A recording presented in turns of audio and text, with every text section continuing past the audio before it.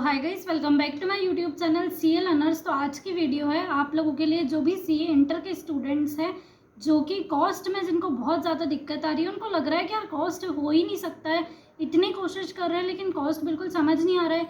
एक तरह से हमको बिल्कुल फियर बैठ गया है कि यार मतलब कॉस्ट करने बैठते और मन में डर सा लगने लग जाता है कि यार अब क्वेश्चन सॉल्व नहीं हो रहा है, अब क्या करेंगे। और एक घबराहट सी होती है कि यार अब कॉस्ट में कैसे निकाले इसको, कैसे 40 तक लिया है। तो मैंने जो स्ट्रेटजी फॉलो करी थी ना वो काफ़ी अच्छी थी, मतलब मैंने बहुत कम टाइम में बहुत अच्छा स्कोर करा था। पर्सनली मेरा एग्जाम्शन आया था कॉस्ट में और मैंने सिर्फ एक बुक रेफ़र करी थी, ठीक है, और बहुत कम टाइम मतलब 9 से 10 दिन के लगभग मैंने पढ़ा था और कॉस्ट को मैंने क्रैक कर लिया था। मैंने कॉस्ट के लेक्चर्स पहले ले रखे थे लेकिन मेरे को लेक्चर्स का कुछ भी याद नहीं था, क्योंकि जब मैं लेक्चर्स देखती थी ना तो ऐसे देखती थी कि जैसे एक स्क्रीन चल रही है टीवी पर और मैं बस देख रही हूँ उसको पिक्चर की तरह। बाद में घर जाकर कुछ भी देखती नहीं थी, कुछ भी नहीं करती थी मतलब।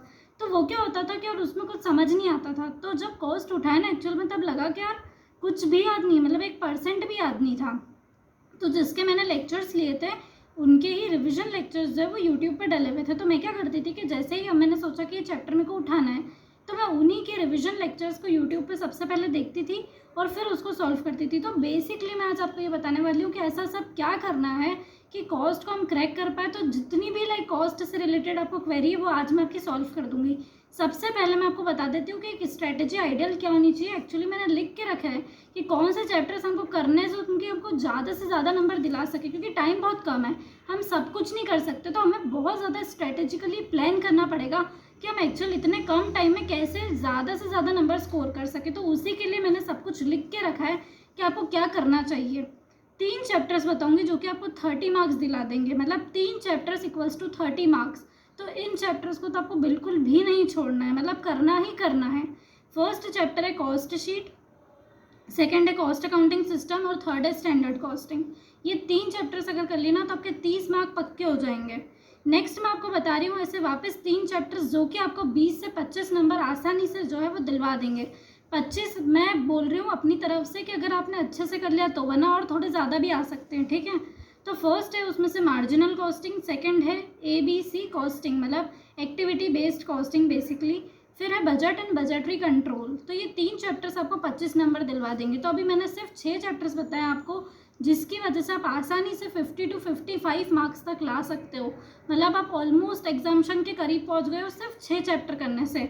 नेक्स्ट 3 चैप्टर्स जो कि आपको 20 मार्क्स तक दिलवा सकते हैं वो है unit and batch costing, second job costing और थर्ड जो है वो सर्विस कॉस्टिंग। ये 3 चैप्टर्स आपको 20 मार्क्स तक दिला देंगे, मतलब आप देख रहे हो 9 चैप्टर्स इक्वल्स टू 75 मार्क्स। अब बच रहे हमारे 5 चैप्टर्स, 5 या 6 चैप्टर्स करीबन कुछ बच रहे हैं जो कि आपको नेक्स्ट 20 to 25 मार्क्स तक दिलवाएंगे। इनकी प्रायोरिटी हमको एकदम लास्ट में रखनी है, ठीक है ना। अगर आप स्ट्रेटेजिकली प्लान कर रहे हो तो फिर ये इनकी प्रायोरिटी एकदम लास्ट में आनी चाहिए। जो कि चैप्टर्स बच रहे हैं, एक तो ओवरहेड वाला बच रहा है, मटेरियल कॉस्टिंग बच रहा है, introduction to cost and management accounting, process and operating cost वाला चैप्टर बच रहा है और जॉइंट प्रोसेस करके एक चैप्टर होता है वो बच रहा है। तो बेसिकली मैंने आपको ये ABC कॉस्टिंग करके दे दिया है। क्या फर्स्ट प्रायोरिटी पर हमको वो 3 चैप्टर्स करने हैं जो कि मैंने स्टार्टिंग पे बताया था, सेकंड में वो करने हैं जो कि मैंने सेकंड उसमें बताए थे कि जो कि आपको 25 नंबर तक दिलवा सकते हैं, ठीक है। तो अगर आप कोई चैप्टर छोड़ रहे हो और उनमें से कोई एक चैप्टर इनमें से, तो आपको वो बिल्कुल भी नहीं छोड़ना है, कैसे भी कर उसको करने की कोशिश करो, क्योंकि कम कर भी हम ज़्यादा नंबर ला सकते हैं। मान लो आपने लास्ट के 5 चैप्टर्स कर लिए और आपको लग रहा है कि वाह मैंने तो बहुत अच्छा कर लिया, लेकिन वो आपको 20 से 25 नंबर ही दिलवा पा रहे हैं, और इसी जगह आपने स्टार्टिंग के 6 चैप्टर्स कर लिए तो वो आपको 55 मार्क्स तक दिलवा रहे हैं। तो आप वही 5 से 6 चैप्टर करके जब 20 से 25 मार्क्स ला रहे हो तो इससे अच्छा वो होगा ना कि हम थोड़ा एक्स्ट्रा एफर्ट्स डालें और ये 5 से 6 चैप्टर्स कर लें तो हमारे 55 मार्क्स तक सिक्योर हो जाएंगे। तो आपको बहुत अच्छे से मेरे हिसाब से ये स्ट्रेटजी समझ आ रही होगी कि मैं क्या बोलना चाह रही हूँ, कि ये चैप्टर्स बिल्कुल भी नहीं छोड़ना है। नेक्स्ट क्या हमको दिक्कत होती है कि पढ़ना कहाँ से। तो इस बात की मैं आपको गारंटी दे दी हूँ कि स्पेशली कॉस्ट में अगर आपने सिर्फ और सिर्फ ICI मैट करी है, उसके अलावा कुछ भी नहीं देखा है, तो भी आप बहुत अच्छे नंबर से पास हो सकते हो और एग्जाम्शन भी ला सकते हो। क्योंकि मैंने खुद ने सिर्फ ICI मैट और मेरे अटैम्प्ट की जो RTP थी वो देखी थी। RTP में से मेरे को 1% बेनिफिट नहीं रहा था, उसमें से एक भी क्वेश्चन नहीं बैठा था, उससे रिलेटेड एक भी क्वेश्चन नहीं बैठा था। तो अगर मैं सिर्फ ICI मैट भी करती ना तो भी मेरे एग्जाम्शन ही आते। बट आप फिर भी एक सेफ साइड पर जाने के लिए अपने अटेम्प्ट की एटलीस्ट आरटीपी कर लेना और आईसीआई मैट कर लेना। इतना कम से कम, मिनिमम से मिनिमम मैंने आपको बता दिया है, मिनिमम से मिनिमम 6 से 9 चैप्टर स्टार्टिंग के एटलीस्ट वो कर लेना, तो आसानी से एग्जाम्शन लाया जा सकता है। ठीक है, नेक्स्ट हमको वो रहता है कि यार थ्योरी मैम, थ्योरी बहुत सारे लोग पूछते हैं कि प्रैक्टिकल सब्जेक्ट है बट इसमें जो थ्योरी है वो भी रिलेवेंट है, इम्पॉर्टेंट है, तो क्या वो भी करनी ज़रूरी है? उसके बिना क्या हम नहीं हो सकते पास? उसके बिना क्या एग्जाम्शन नहीं लाया जा सकता? तो पर्सनली मैं अगर बताऊं तो मैंने थ्योरी पर कुछ भी एफर्ट्स नहीं डाले थे, लेक्चर्स देखे थे। ठीक है, उसमें थोड़ी थोड़ी थ्योरी बताई थी हमको, और हमारे जो सर थे उन्होंने ही बोल दिया था कि थ्योरी का इतना ज़्यादा रेलेवेंस नहीं है, अगर आपकी प्रैक्टिकल पर अच्छी कमांड है तो अगर आप थ्योरी नहीं भी करके जा रहे हो तो भी आप काफ़ी अच्छा स्कोर कर सकते हो। मैंने उनकी बात मानी, प्रैक्टिकल पे अच्छे से अपनी कमांड बना ली और थ्योरी नहीं करी। मेरा एग्जाम्शन आया है तो मैं इतना बोलना चाह रही हूँ कि अगर आपका भी प्रैक्टिकल पे अच्छी कमांड है और अगर आप थ्योरी नहीं करना चाहते हो तो स्किप आप कर सकते हो डेफिनेटली, और आपका भी एग्जाम्शन जो है वो आ सकता है। अब मेन बात यहाँ पर है कि थ्योरी आती कैसे। देखो, एक थ्योरी का क्वेश्चन बिल्कुल सेपरेट आएगा। अगर आपकी प्रैक्टिकल पर कमांड है तो आप वो वाला क्वेश्चन जो है वो छोड़ सकते हो ऑप्शन में, और अगर आपकी प्रैक्टिकल पर इतनी अच्छी कमांड नहीं है फिर आपको थ्योरी डेफिनेटली करनी चाहिए, क्योंकि एट द सेम टाइम ये स्कोरिंग भी हो सकती है। तो आपको डिसाइड करना है कि आपकी प्रैक्टिकल पर अच्छी कमांड है या फिर नहीं है। उस हिसाब से आप ये डिसाइड करो कि आपको थ्योरी करनी है या फिर नहीं करनी है। मेरी थी तो मैंने थ्योरी नहीं करी थी।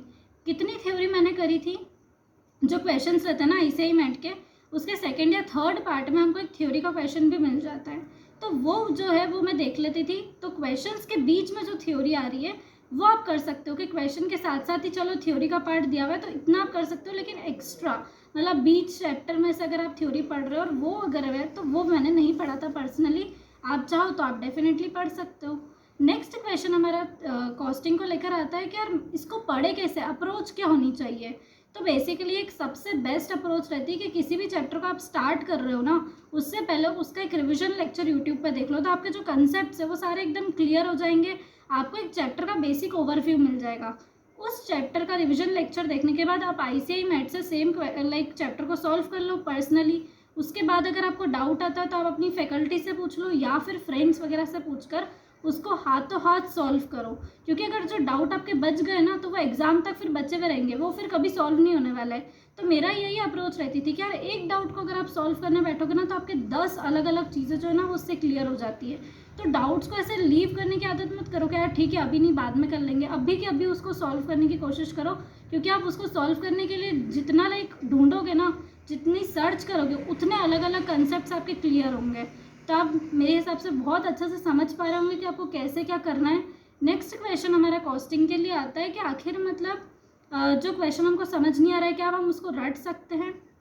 यहाँ पर ही जो है ना मेन दिक्कत आती है। आप जो है ना चीज़ों को रटने की कोशिश करते हो, उससे कुछ भी नहीं होगा। फिर आप चाहे कितनी बुक्स कर लो, कितने क्वेश्चंस कर लो, अगर आपके कंसेप्ट को रटने की आदत बन गई है ना तो आपका कुछ भी नहीं होने वाला, क्योंकि ऐसे ही एकदम डायरेक्ट क्वेश्चन नहीं पूछेगा। Of course as it is questions आते हैं, लेकिन उसमें भी एक दो लाइन में वो ऐसे ट्विस्ट एंड टर्न्स डाल देंगे ना कि अगर आपके कंसेप्ट क्लियर नहीं तो आपका पूरा क्वेश्चन गलत हो जाएगा। तो कंसेप्ट क्लियर होना बहुत ज़रूरी है। अगर कंसेप्ट आपके क्लियर नहीं है तो आप फास्ट ट्रैक क्लासेस ले लो, या तो क्योंकि अभी टाइम नहीं है, नवंबर 22 के स्टूडेंट्स जो है वो फास्ट ट्रैक क्लासेस ले सकते हैं। इसके बाद का अगर आपका अटैम्प्ट है तो फिर आप रेगुलर क्लासेस ले लो, लेकिन कंसेप्ट्स पर जो है क्लैरिटी वो बहुत ज़रूरी है। पता कैसे पड़ेगा कि कंसेप्ट्स पर क्लैरिटी है कि नहीं है? अगर आपने एक क्वेश्चन लाइक सॉल्व करके देखा, आपसे वो बन रहा है, बिना देखे आप उसको सॉल्व कर पा रहे हो, इसका मतलब है कंसेप्चुअल क्लैरिटी। और अगर नहीं कर पा रहे हो, आपको बार बार देखने की ज़रूरत पड़ रही है, तो कंसेप्चुअल क्लैरिटी नहीं है। बहुत सारे लोग फिर ये पूछते हैं कि रिटर्न प्रैक्टिस करनी चाहिए या फिर कुछ क्वेश्चंस को ओवरव्यू भी कर सकते हैं। मेरे हिसाब से हर चैप्टर में एटलीस्ट लाइक 7 क्वेश्चन से मान लो आईसीआई मैट में किसी चैप्टर में, तो एटलीस्ट उसमें से 2 क्वेश्चन जो है वो आपको रिटर्न प्रैक्टिस करना है, और अगले जो 5 क्वेश्चन है उनकी आप लाइक एक देख सकते हो कि ठीक है कैलकुलेटर पर सॉल्व कर लिया और देख के फिर उसका नेक्स्ट क्वेश्चन पर बढ़ गए। लेकिन एटलीस्ट से एटलीस्ट 2 क्वेश्चन जो कि टफ है वो आपको रिटर्न प्रैक्टिस उनकी करनी है। ठीक है, तो मेरे हिसाब से आप बिल्कुल क्लियर हो गए होंगे कि आपको क्या क्या करना है। इसके अलावा भी अगर आपको कोई डाउट है तो आप मुझसे डेफिनेटली कमेंट सेक्शन में पूछ सकते हो। और अगर आज की वीडियो आपको पसंद आई हो तो वीडियो को लाइक करना ना भूलें, चैनल को सब्सक्राइब। तो नेक्स्ट वीडियो जो है वो टेक्स्ट के ऊपर आने वाली है। उसके अलावा आपको और कौन से सब्जेक्ट की वीडियो चाहिए, किस टॉपिक पर आपको वीडियो चाहिए, वो आप मुझे डेफिनेटली कमेंट सेक्शन में बता सकते हो। So thanks for watching, bye.